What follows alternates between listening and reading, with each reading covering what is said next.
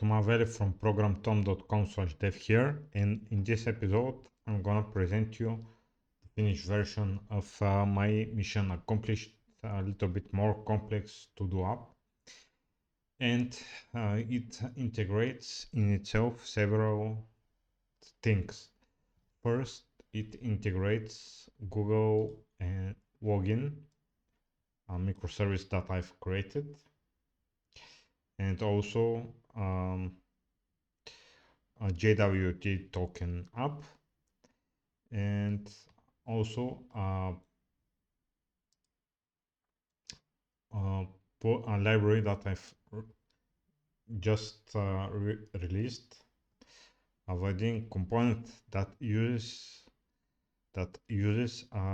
CSS as a basis, and it is a Maven library that you could use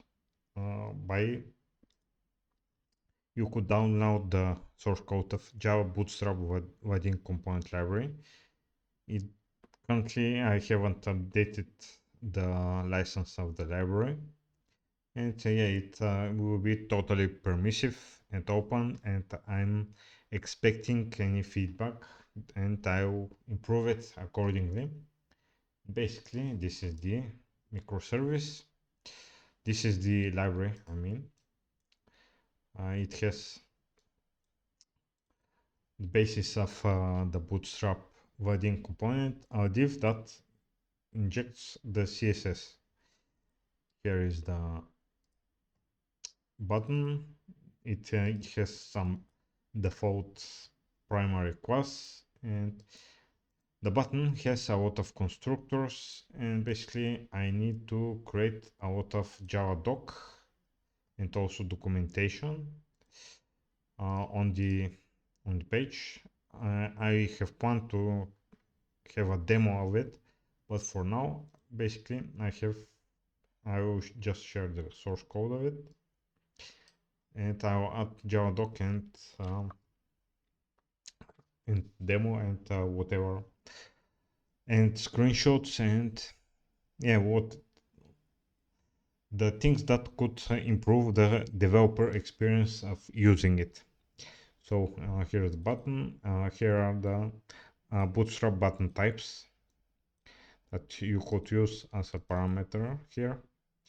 I've improved the cards. Basically, the newer versions of Bootstrap remove the panel and the well as components, and they are all deprecated and replaced as cards. And basically a card could have body, header and footer, and potentially you could add only body, and it will have the nice wrapping, nice border like a card, and you could also add header and footer.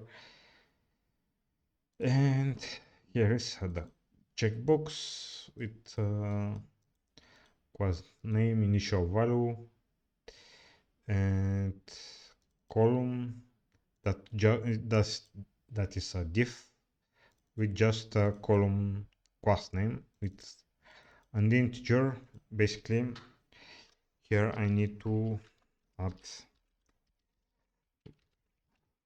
column must be value between 1 and 12. I will need to add a third here, third call greater than 0 and call less than 12, less or equal 12. Basically I'll need to commit that at some point. And yeah, a lot of more of a documentation part of it is remaining. Here is a container that just sets the class name, floating input that has also error, value, setter, clear error, and it has a floating label. It has a label. So the floating input just needs a a placeholder with class name form floating. And here is identically a select component with a list of options. And here is the list of options that are just value and a text, that is the user facing item, and is selected. Container is plain simple. Floating label, text area is similar to floating input. So I have several just placeholder components that are needed, like form, nav, that sets class names and accepts only type safe elements that do basically let me just fix that. Add items. Yeah, I have created several components that are just tags with some type safe parameters and classes. And basically, nav item is a li that is with label href and or click listener.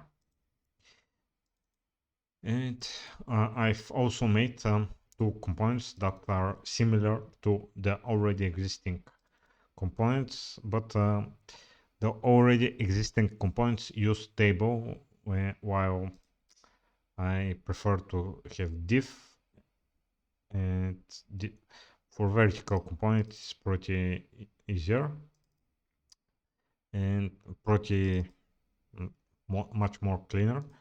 And I'm open to improve this to have a flex using flex display or something else.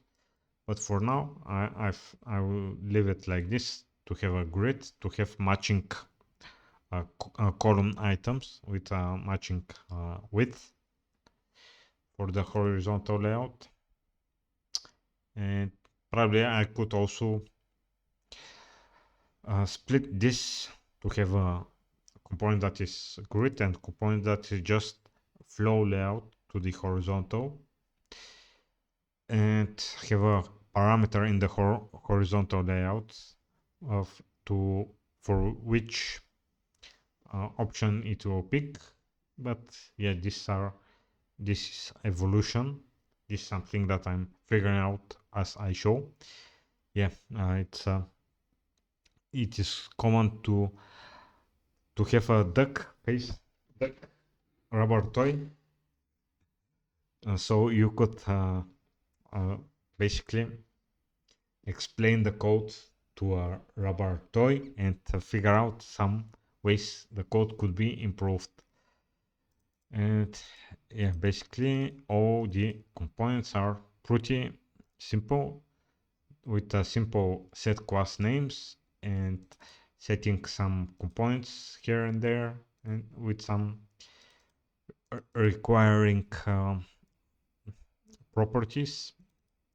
And the core thing is to have a div that is importing the Bootstrap CSS file.